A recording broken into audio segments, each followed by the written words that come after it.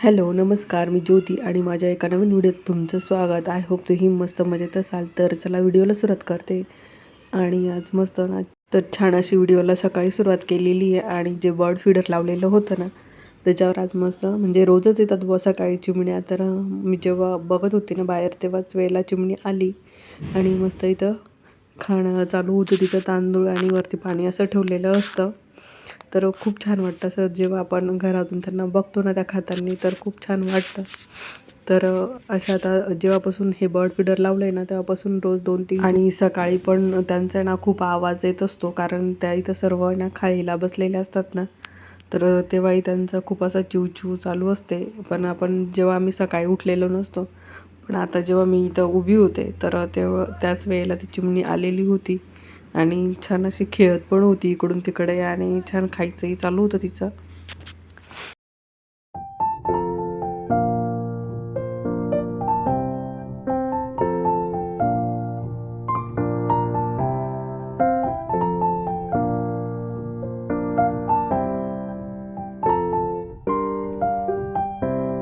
आणि ना मटकी ठेवलेली होती, तर भूमी म्हणे, "मम्मी पोहे बनव आणि त्याच्यावर आहे ना रस्सा बनव."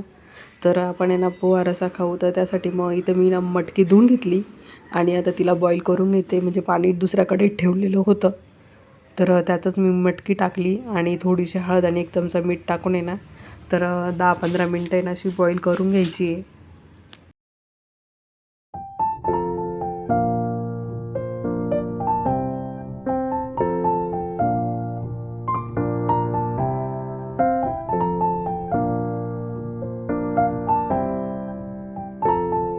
तर मटकी बॉईल होईपर्यंत आहे ना, मग मी तोपर्यंत पोहे बनवण्यासाठी ना कांदा आणि टमॅटो आणि मिरच्या, कोथिंबीर आणि कढीपत्ता वगैरे असं काढून घेतलेला होता आणि कांदा कापून घेत होते आणि टमॅटो पण वरतून आहे ना, जो पोहा रस्सा बनवणार होतो ना, त्याच्यावरती मला टमॅटो बारीक असे कापून टाकायचे होते.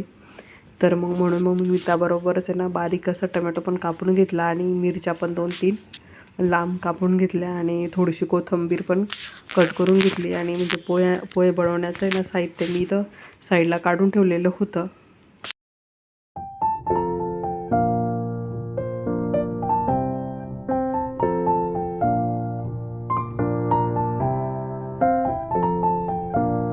आणि टेरेसवर आहे ना छान आता कढीपत्ता आहे ना मस्त झालेला आहे. तर मग त्याचे जे मोठे पानं होते ना ते घेतले, कारण जो रस्सा बनवायचा तर त्यात पण टाकणार होते आणि पोहे बनवणार होते ना त्यात मला टाकायचा होता.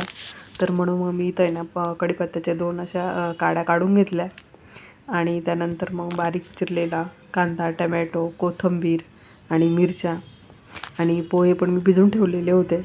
आणि जो मला रस्सा बनवायचा ना त्यासाठी हे वाटण करून घेतलेलं होतं. यामध्ये खोबरं, कांदा भाजून घ्यायचं, अद्रक, लसूण आणि थोडी कोथिंबीर आणि 1 टमॅटो टाकून पेस्ट करून घ्यायची मिक्सरमधनं. आणि त्यानंतर मला ना रस्सा बनवायचा होता ना, मग मी ते कढई ठेवली आणि त्यात आहे ना 2-3 चमचे ना तेल टाकलं आणि तेल गरम झाल्यानंतर आहे ना जे वाटण बनवलेलं होतं ना ते थोडंसं तेलामध्ये ना 5-10 मिनटं फ्राय करून घ्यायचं. तर मी तर थोडेसे जिरे टाकले आणि आता वाटण टाकून घेते आणि तेल सुटेपर्यंत आहे ना परतवून घ्यायचं आहे.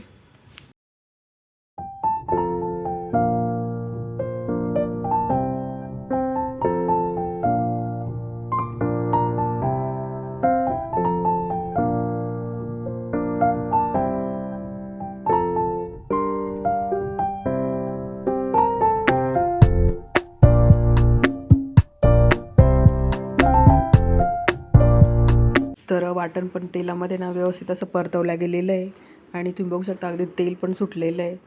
तर इथं मी 1 चमचा आहे ना लाल मिरची पावडर, अर्धा चमचा हळद आणि 1-1.5 चमचा आहे ना गरम मसाला टाकते आणि पुन्हा तेलात आहे ना व्यवस्थित आहे ना असं मिक्स करून घ्यायचं, म्हणजे तो मसालाही आपला व्यवस्थित तेलात व्यवस्थित फ्राय होतो. तर तोही आता 1-2 मिनटं आहे ना तेलात परतून घेतला आणि तोपर्यंत आहे ना इथं मटकी पण बॉईल झालेली होती.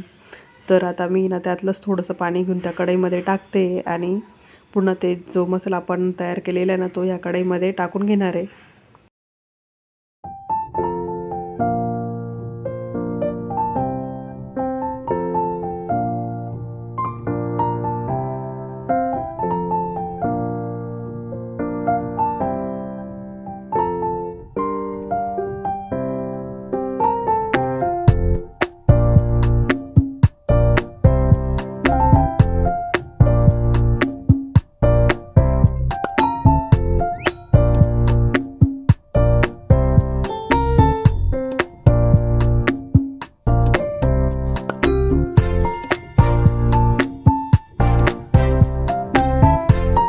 आणि ना इथे मस्त असा मटकीचा रस्सा तयार झालेला होता आणि मी पहिलेच उकडतानाच 1 चमचा मीठ टाकलेलं होतं, म्हणून मग मी नंतर मीठ नाही टाकलं.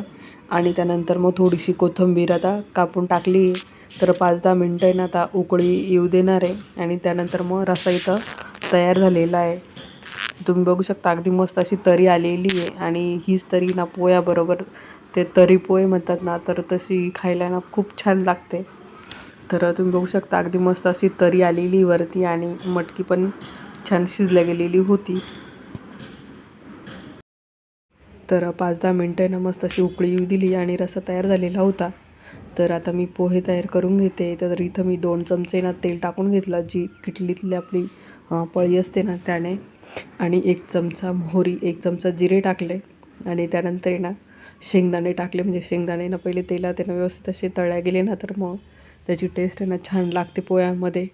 तर मी अगदी 1-2 मिनटं आहे ना शेंगदाणे परतून घेतले आणि मिरच्या टाकल्या आणि मिरच्या तेलामध्ये तळल्या गेल्यानंतर आहे ना मग थोडासा कढीपत्ता टाकला आणि कांदा टाकला आणि कांदा पण अगदी 5-10 मिनटं आपण असा थोडासा परतवून घेतला.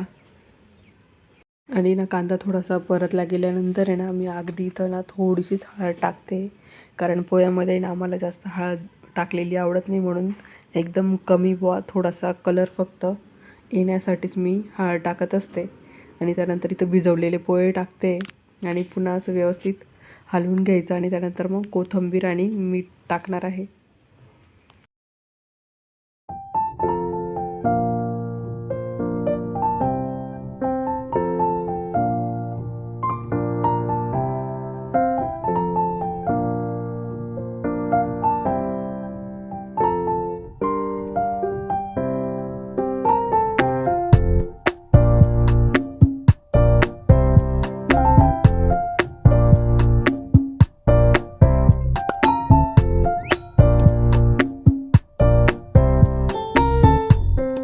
तर मस्त असा पोहा रस्सा तयार झालेला आहे.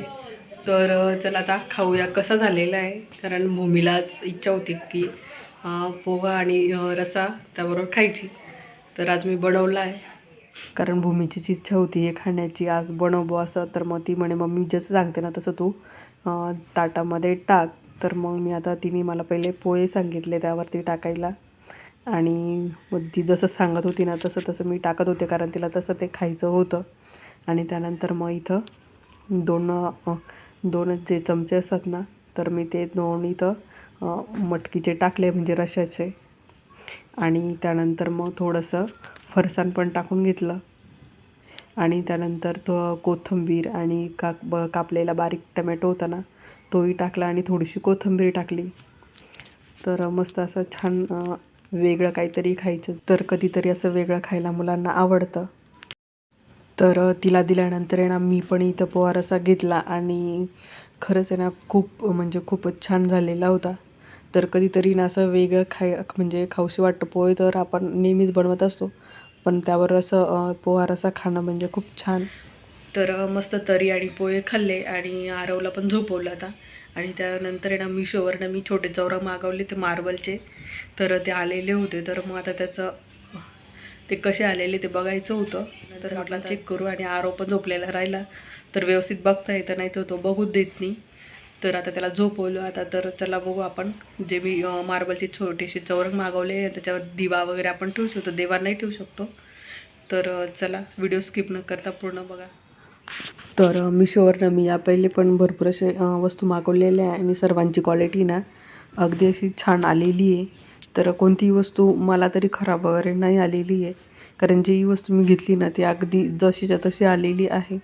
आणि त्यानंतर जे मार्बलचे मी आता मागवलेले होते ना, तर मला देवांना ठेवण्यासाठी किंवा आपण जी कधी पूजा मांडतो तर त्याला असं चौरंग सारखं जे असतं आपण ठेवतो, तर मग हे अगदी मार्बलचे आणि धुता पण येतील. आणि त्याच्यावर जे म्हणजे जी डिझाईन केलेली आहे ना, ती राजस्थानी मीना वर्क असं काहीतरी म्हणतात, मला पण नीट माहिती नाही, पण मीनाकारी काहीतरी म्हणतात व त्याला. तर म्हणून मग मी घेतलेले होते आणि छान असे वॉशेबल आहे. तर हे ना अगदी स्वस्तातमध्ये ना मला 5 पडलेले होते आणि खरंच क्वालिटी पण आहे ना खूप मस्त अशी एकच नंबर क्वालिटी आहे. तर तुम्ही बघू शकता अगदी असं आपण आहे ना जेव्हा पूजा करू ना त्यावरती दिवा वगैरे असं व्यवस्थित बसेल इतकी छान साईज आहे. आणि असे मी ना 5 घेतलेले आहे, म्हणजे 5च पॅक कॉम्बो होता तो. आणि त्याच्यावरती ना मला ना एक छोटं किचन मिळालेलं आहे लाकडाचं, तर ते बघू शकता तुम्ही. आणि जे होते ना तर ते वेगवेगळ्या 5 साईजमध्ये होते, म्हणजे 3 चौकोनी होते आणि 1 षटकोनी होता आणि एक असा लांब असा आयताकृती होता. तर सर्व आहे ना खूप छान आलेले आहे. तर अगदी मस्त आणि दिसायला पण खूप छान आहे आणि वॉशेबल आहे, म्हणजे आपण तेल वगैरे पडलं किंवा पूजा करताना कुंकू वगैरे पडलं काही झालं तरी आपण त्यांना व्यवस्थित असं वॉश करू शकता. आणि त्याच्यावर मला हे किचन फ्री मिळालेलं होतं, तेही अगदी मस्त होतं. तुम्ही बघू शकता असा हंडीचा शेप आहे त्याचा. तर हे 5ही जे चौरंग आहे ना तर ते असे आहेत. तर खरंच खूप छान आहे.